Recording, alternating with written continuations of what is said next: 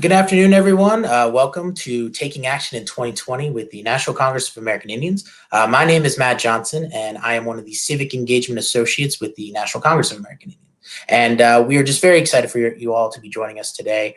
This Taking Action series is something we've been doing for a little while now, and we provide updates to you on what's happening in the civic engagement world with not only the 2020 census, but also with Native vote and how that's affecting Indian country. So we've got a lot of important messages today. So we're going to be just kind of jumping right in here. No guests today, just myself. So you just have to see my smiling face, but hopefully you're all going to enjoy that. So let's get right into it. So the census, as we all know, the census is currently going on. It is a very important information source that really influences U.S. policy around the country. It's considered to be really, by many respects, to be the foundation of American democracy, because it determines how many members of Congress are going to be representing each state and what communities they'll be represent, and how those members will be represented through redistricting. It also plays a really important role in how federal resources are funded, or are provided, I should say, and nearly $1 billion in annual federal resources are allocated in the country every single day, or I should say every single year, through census data. Now, the U.S. Census Bureau estimates that in the 2010 census, American Indians and Alaska Natives living on reservations or in native villages were undercounted by approximately 4.9%, which is double the undercount rate for any other population group. And so we have worked very hard to try and close that gap this year. So Ncai, along with its many organizations and partners across Indian country, have been developing resources and tools to assist tribal nations, urban centers, and rural communities to ensure that they have an accurate count. And our civic engagement team here at Ncai, along with our census advocates across Indian country, have been really working hard to get a complete and accurate count out for Indian country. And so we wanted to share some of the latest news for you, and something we're calling sort of a census in a minute, if you will. So first big news is that the Census Bureau recently announced that the response rates or the field operations will be ending on September 30th, as opposed to October 31st, which was they initially announced before. Now, this is in spite of the fact that there's been a lot of low response rates across Indian country in many historically undercounted areas. And they've really shortened that response window, which has been very frustrating for us. Now, if you want more information on this, you can check out a letter that Ncai actually wrote to members of Congress to let them know that we were upset with this decision and that we want to see that extension happen on October 31st. Now, you can reach out to us we can give you a lot more information on our work and our advocacy to get that extension put back to October 31st. But in the meantime, right now we're operating on it being September 30th as the drop dead date. So please fill out your census forms, whether that's online, by mail, or over the phone, and make sure that you're making sure your family and friends are doing it as well. Now, census takers are currently out knocking on doors and talking to households where they have not received any information as of yet. So if you've got one on your door, that's because you haven't filled out your census form. Now, I don't know if you know, but about 130 tribal areas are currently under a 30% response rate, according to the Census Bureau. So the good news, that's not great, but the good news is that the Census Bureau is still recruiting and hiring enumerators to go around and knock on doors and help Indian country get those numbers up. Tribal citizens, we really encourage them to apply and serve as trusted messengers, because a lot of people don't like it when a stranger knocks on the door, but if it's a friendly face or someone they recognize in their community, they're going to be more open to talk to them, and that's what we want. Now, if you're ready to apply for a job with the Census Bureau, visit www.census.gov/jobs to find out more information and to get hired. Now, as I've said, the pandemic has really kind of thrown things for a loop with the 2020 census. But Indian country is still working very hard every single day to get their numbers and their counts up. And I just wanted to kind of share some good news or highlight some tribal nations that are really doing great work, even in this tough time of COVID.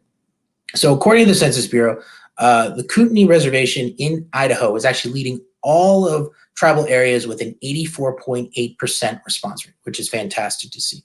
Now, in the last week, actually, Zia Pueblo in New Mexico had an 11% jump in their response rates, up to 41.1%. So in 1 week, they jumped over 10%, which is fantastic. And big shout out to Mesa Grande Reservation in California. 2 weeks ago, they were at 0% response rate, and now they're at 20.8%. So that is huge. It's really incredible work. I'm so happy to hear that so many of these reservations out there are, and groups and tribes or tribal nations are just working to get their numbers up. Finally, I wanted to shout out the Pamunkey Reservation in Virginia, which had no recorded response rates in the 2010 census, but this year they have a 76.2% response rate. So that is a huge improvement.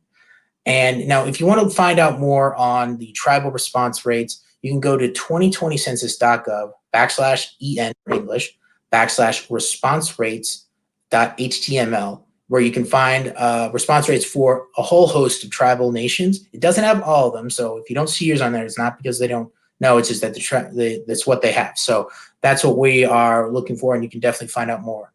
Now, there's still plenty of time to bring up your tribal nations count, and we want to we want to help, I should say, by introducing you to the Response Rates Challenge. So as you can see on the screen here, it's got some information about it, but I'm just going to tell you the Response Rates Challenge is a fun competition to help get up the count in the last couple months of the 2020 census, excuse me. NCI is working with the Native American Rights Fund, or NARF, and the National Urban Indian Family Coalition, or NUFIC, to challenge every tribal nation, complete count committee, and organization partnering with Native communities in the 2020 census to get up the count. The challenge is simple. Each participant will be assigned a group of peers where they will be judged on their efforts in the last 2 months of the census to get a complete count. You can earn points by doing things like creating a PSA on the census, or producing flyers that encourage census participation, or hosting an online census event.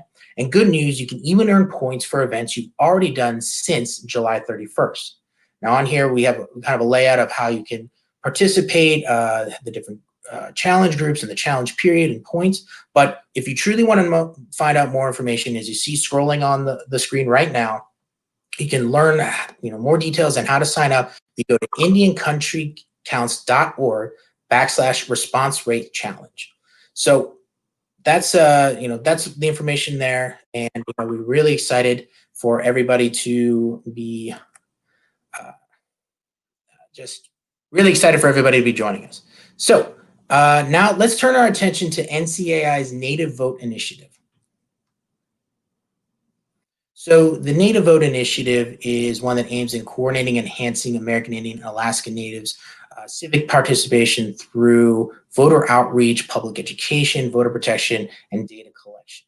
So Native Vote is all about getting American Indians and Alaska Natives not only registered to vote, but participating in the election process, because that's the only way their voices are going to be heard, and that the issues that are important in Indian country are actually represented in legislative bodies, both in Washington, D.C., and in their local governments as well. Now, I'm sure you've all heard about the conventions that are going on right now, but we wanted to explain a little bit more about what these conventions mean for Indian country. Now, both the Democratic and Republican parties will be having their conventions this week and next week, where they're not only going to officially nominate their candidates for president and vice president, but they're going to also create their formal set of principal goals, or their platform. Now, the party's platform shows the public what they believe and what they stand for on issues, as a way to help garner the support for the party itself, and then also the candidates who support the platform. Now, it's updated at every convention so that the parties and the public's views are shown as issues and how things change and evolve over time, and they're reflected in the platform. Now, it's reviewed and debated and amended and finalized at the convention, then formally adopted, usually before the presidential candidates formally are nominated, but everything's a little bit different this year because of COVID. And going forward, the platform is the standard position for the party on issues, but not all candidates and members of that party are required to be lockstep in it. You hear about it all the time. Someone who is there's a moderate Republican or a conservative Democrat or something like that. That's what it means, basically. Now, at NCAI's 2019 annual convention, not only did we elect a new president in President Fawn Sharp, but we also updated our nonpartisan political platform as well to show where Indian country stands on issues like trust responsibility, cultural rights, environment issues, infrastructure development, and many, many more issues. Now, you can read the whole platform. It's on our website. I believe it's going to be in our comments right now. I'll read the the web address just to be safe, but if you go to www.ncai.org/abq-19-069.pdf, that'll give you the whole platform on where NCI stands on issues for Indian country. And now once the parties have finalized their platforms, you can actually go and compare and see how do they measure up between what we at NCI are promoting versus what the parties are promoting. Now, finally, we want you to take a moment to think about your vote plan for the coming election. So this is the thing with 2020, this is kind of a whole new ballgame. Whether or not you voted before, you really want to take the time to think about your plan for how you are going to vote. And what I mean is first of all, how are you going to vote? Are you planning to vote in person? Are you planning to vote by just simply dropping off your ballot? Or are you planning to vote through the mail, either absentee mail? It's kind of the same thing. So no matter what you call it, how are you going to vote? Now, once you figure out how you're going to vote, the question is, when are you going to vote? Now, if you're planning to vote in person, most people think, oh, I can just vote on election day, November 3rd. But some states do have early voting. So you might be able to go and vote, before that time in person at one of those early polling locations. If you're planning to vote by mail or by dropping out the ballot, of course, you need to know, when can I request my ballot? So you got to look into that information as well. And finally, where you're going to vote. Now, again, this kind of is more for the folks who are planning to vote in person. You first want to know, am I going to go to a polling location? Okay, where is my polling location? Is it down the street at a local high school? Is it at the post office? Where is that place going to be? Then once you know where that location is, you want to find out, of course, their hours and when that's operating on November 3rd. Now, if you're doing early voting, again, you might want to double check to see where those polling locations are, because not with places that have early voting, they will not be just at the same place where you're going to vote on election day. A lot of times they're kind of in strategic locations around the state or the county, so that way, it's equal distance and it's not all in one place. Now, with everything happening with COVID, a lot of people are planning to vote by mail or at least request their ballot as opposed to going to the polling location. So ballot drop-off boxes are going to be a big use. So you want to find out, again, where are those located? Are they located at the at the post office? Are they located someplace else? You got to find out that information as well. Now, a lot of this information is going to be on your state's Secretary of State website or the local election boards. Again, every state is different, so rules about early voting or requesting ballots or even collecting ballots can vary. So you really want to do the work right now to educate yourself. You got to think, make this plan. It sounds dumb, I know. Some people might think, I don't need to plan for this, but the truth is that you need to plan, because if you don't have this plan now, you're not going to maybe know what to do if you run into an issue come election day or requesting a ballot because you missed the deadline. So you need to educate yourself on these deadlines and when things are going to happen. So with that, that's kind of our last thing here. And, we've come to the end of the broadcast. And we just want to thank everybody so much for joining us. As I said, today was a really quick one. No guests, just my beautiful face. Hopefully everybody was able to bear and grin through it. So if you see on the bottom scrolling there, you can see IndianCountryCounts.org and NativeVote.org. Those are our two websites. There is a ton of resources and information on there about not only how to vote, but census and all the resources that are out there to help you participate in both the census and in voting. Now, we do want to plug that Seating Sovereignty is going to be hosting a Radicalize the Vote 12-hour telethon. Not this coming Saturday, but Saturday, August 29th. It's going to be starting at 12 p.m. Eastern Standard Time. So take a look at that. They're one of our great partners, and we definitely are working to try and get out the vote.